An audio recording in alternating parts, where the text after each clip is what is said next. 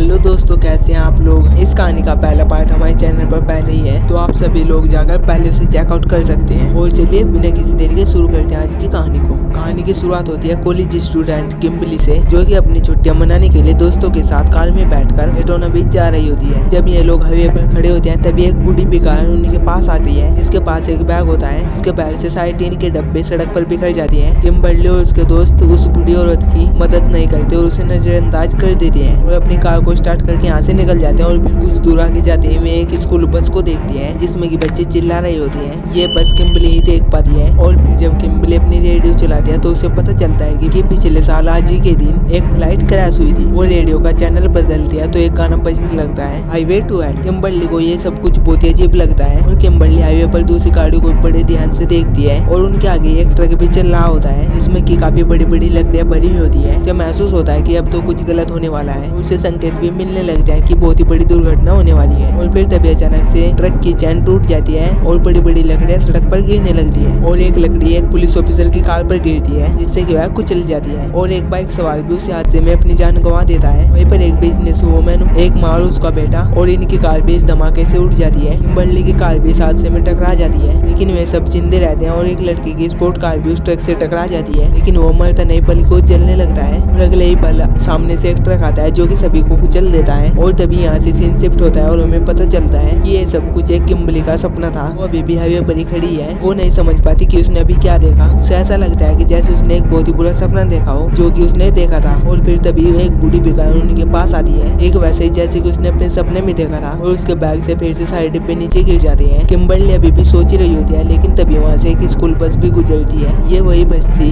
जिसमें वे बच्चे थे जो कि पहले भाग में पेरिस वाली फ्लाइट पर जा रहे थे। और फिर जब वो अपनी रेडियो ऑन कर दिया है तो वही पुरानी फ्लाइट क्रैश की न्यूज आती है। और जैसे उसे पता था, फिर से वही गाना हाईवे टू हेल बजने लगता है। डर के मारे वह अपनी कार को पीछे करती है। उसकी रुकी हुई कार की वजह से हाईवे पर जाम लगने लगता है, ठीक उसी तरह जैसे कि उसने अपने सपने में देखा था। और एक पुलिस ऑफिसर भी इसी ट्रैफिक में फंसा हुआ होता है। फिर वह किम्बली की कार के पास आता है और वो आकर किम्बली से पूछता है। किम्बली यहाँ पर उसे बताती है कि यहाँ पर एक बहुत ही बड़ा एक्सीडेंट होने वाला है। तभी पुलिस वालों से कार से बाहर निकलने के लिए कहता है। उसी वक्त एक ट्रक वहाँ से गुजरता है। किम्बली उसे बताता है कि हादसा इसी ट्रक से होने वाला है। और जैसे वो इस बात को कर रही होती है तभी वहाँ पर एक हादसा हो जाता है। किम्बली यहाँ पर समझ नहीं पाती कि ये सब कुछ क्या हो रहा है। और फिर वह एक बोर्ड को देखता है जिस पर लिखा हुआ होता है कि 180। ये वही फ्लाइट नंबर है जो कि पहले भाग में दिखाया गया था। और एक ट्रक पीछे से उसकी ओर आ रहा होता है, लेकिन ऑफिसर बल्क उसे यहाँ से बचा लेता है। लेकिन किम्बली के तीनों दोस्त इस हादसे के शिकार हो जाते हैं। अब सच्चाई उसके सपने से बहुत ही हटके होती है, क्योंकि सपने में उसके दोस्तों की मौत आखिरी में होनी थी और असल में वो पहले ही हो गई। किम्बली खुश होती है कि उसने खुद को और दूसरों को भी बचा लिया है। बाकी के बचे हुए लोग ऑफिसर बल्क के पास बैठते हैं। जब ऑफिसर किम्बली से पूछताछ करता है तभी ये खुलासा होता है कि किम्बली के साथ भी वही हो रहा है, क्योंकि पहले भाग में एलेक्स के साथ ही हुआ था, जो कि उस फ्लाइट के एक्सीडेंट से बच गया था। फिर हमें पता चलता है कि अब एलेक्स भी नहीं रहा, लेकिन एक और सर्वाइवर क्लियर अभी भी जिंदा है, जिसने कि खुद को एक सुरक्षित जगह पर बंद रखा है। कोई नहीं जानता कि मौत को कैसे टाला जा सकता है, लेकिन सभी खुश होते हैं कि मैं अभी भी जिंदा है। और फिर कहानी आगे बढ़ती है, जिसमें कि एक लड़का जिसने कि अभी एक लोटी जीती थी, वो अपने अपार्टमेंट में जाता है। फिर वो बहुत सारी शॉपिंग के बाद अपने किचन में जाता है, पैन में रख के बासी नूडल को खिड़की से बाहर फेंक देता है। फिर वो फ्रिज से चाइनीज डिश निकालता है। फ्रिज पर चिपका हुआ एक मैग्नेट उस डिश में गिर जाता है। फिर वो उसे बिना देखे उबलने के लिए रख देता है। वो साथ ही एक पैन में कुछ फ्राई भी कर रहा होता है। फिर वो अपनी वॉच और एक रिंग भी पहनता है और खुश होता है। और तभी अचानक से ओवन में पाक होता है। उसकी उंगली से रिंग गिरकर सिंक में चली जाती है। वो उसे निकालने के लिए अपना हाथ अंदर डालता है, लेकिन उसकी घड़ी की वजह से उसका हाथ बीच में अटक जाता है और इसी बीच पैन में आग लग जाती है और ओवन में करंट दौड़ने लगता है। फिर वो कपड़े से आग बुझाने की कोशिश करता है, लेकिन आग और भी ज्यादा फैल जाती है। और फिर वो किसी तरीके से अपना हाथ बाहर निकालता है, लेकिन अब तक पूरे घर की खिड़कियां बंद हो चुकी है। फिर वो खिड़की को तोड़कर बाहर भागता है और जैसे ही वो सीढ़ियों से नीचे जाता है तभी एक धमाके से उसका कमरा उड़ जाता है। और फिर वो से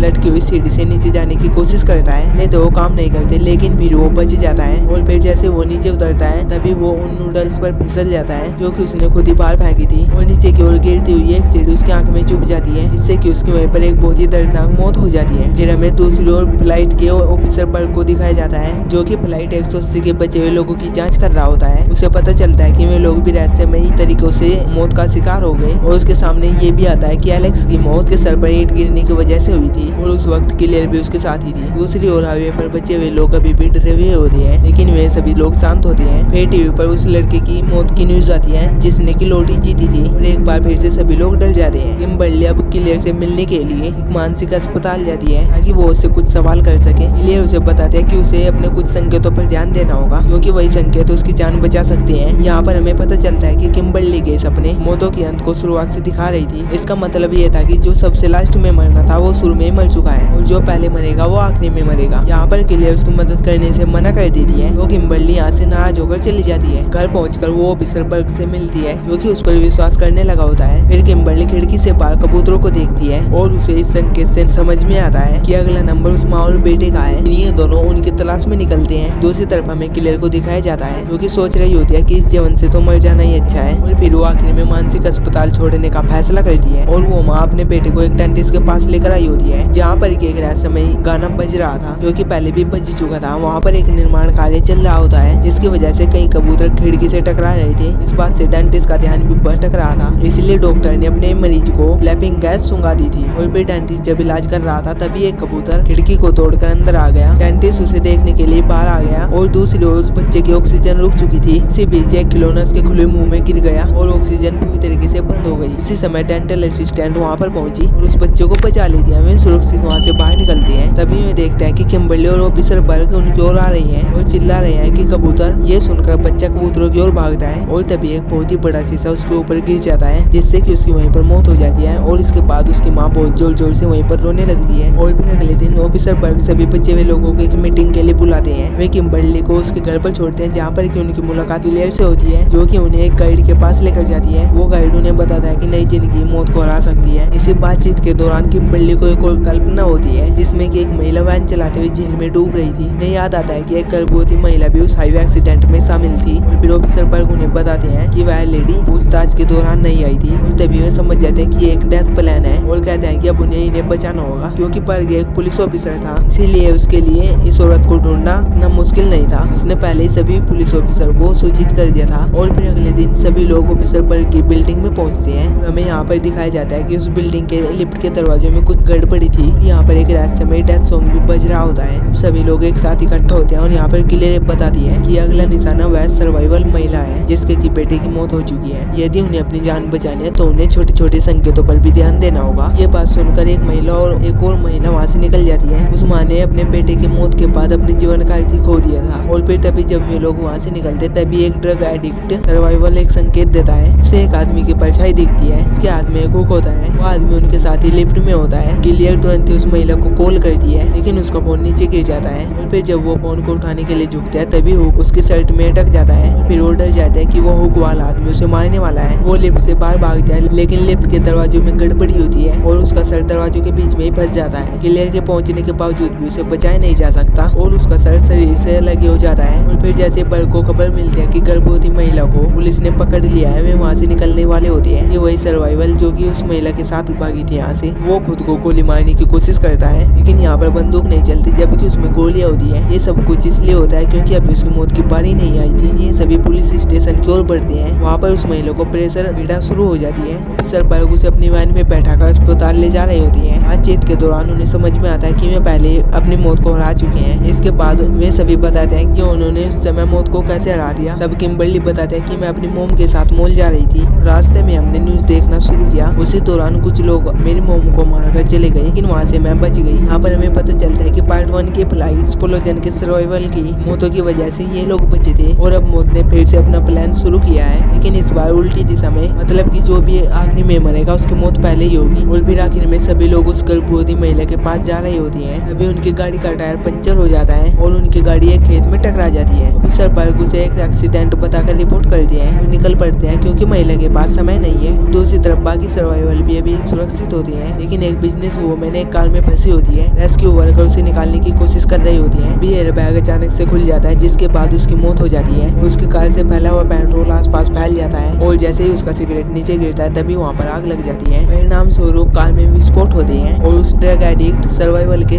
शरीर के टुकड़े टुकड़े हो जाते हैं। केवल 3 ही लोग बचे थे, किम्बर्ली, क्लियर और ऑफिसर बर्ग। वे उस गर्भवती महिला को लेकर अस्पताल जा रहे होते हैं। तभी किम्बर्ली को फिर से विजन आता है कि एक डॉक्टर उस महिला को मार देगा। अस्पताल पहुंचने के बाद क्लियर घायल सर्वाइवल को चेक करने के लिए जाती है। अब उसकी मौत की बारी थी क्योंकि उसके ऑक्सीजन सिलेंडर की पाइप निकली हुई थी। किम्बर्ली और बर्ग उस डॉक्टर को रोकते हैं क्योंकि विजन में महिला को मारने वाला था। उधर वो महिला एक बच्चे को जन्म देती है। वे सब बहुत ही खुश होते हैं क्योंकि एक नई जिंदगी आ चुकी थी। वे क्लियर को एक खबर देती हैं। तभी किम्बर्ली को एक और विजन आता है। वो समझ जाता है कि उस गर्भवती महिला की तो मौत होनी नहीं थी, मतलब कि उन्होंने अभी कुछ भी नहीं बदला। क्लियर तुरंत ही उस घायल व्यक्ति के ओर दौड़ती है। जैसे वो दरवाजा खोलती है तभी एक विस्फोट होता है। क्लियर और उस घायल व्यक्ति की तुरंत ही मौत हो जाती है। किम्बर्ली समझ जाता है कि जो वो देख रही थी वो किसी और की नहीं बल्कि उसकी खुद की मौत थी। अब उसे पता होता है कि अब उसे क्या करना है। वो तुरंत ही एक एम्बुलेंस को लेकर एक जेल में कूद जाती है। ऑफिसर बर्ग भी पीछे पीछे जाते हैं और उसे बचाने की कोशिश करते हैं, लेकिन वो बेहोश हो जाती है और चारों ओर अंधेरा छा जाता है और उसकी सांसें रुक जाती है। और फिर जब उसे होश आता है तो वो उसी डॉक्टर को देखती है जिसे कि उसने विजन में महिला के हत्यारा देखा था, लेकिन वही डॉक्टर उसे सांसें देता है। नई जिंदगी ने मौत को हरा दिया था। अब किम्बर्ली और बर्ग दोनों सुरक्षित थे। कुछ समय बाद एक सीन में दिखाया जाता है कि वे लोग कई लोगों के साथ दोपहर का खाना खा रहे होते हैं। तभी उन्हें पता चलता है कि उनका एक दोस्त भी किसी की जान बचाने वाला था। इस बात को सुनकर ये लोग डर जाते हैं क्योंकि वे डेथ प्लान को अच्छे से समझ सकते हैं। और तभी उनके पास एक धमाका हो जाता है और एक खड़ा हुआ सदस्य मौत का शिकार बन जाता है। यहीं पर हमारी ये कहानी भी एंड हो जाती है। आई होप अगर आपको मेरी ये कहानी कहीं से भी अच्छी लगी हो तो मेरी वीडियो को लाइक जरूर करना और मेरे चैनल को भी सब्सक्राइब जरूर करना ताकि मेरी नेक्स्ट वीडियो सबसे पहले आप तक पहुंचे।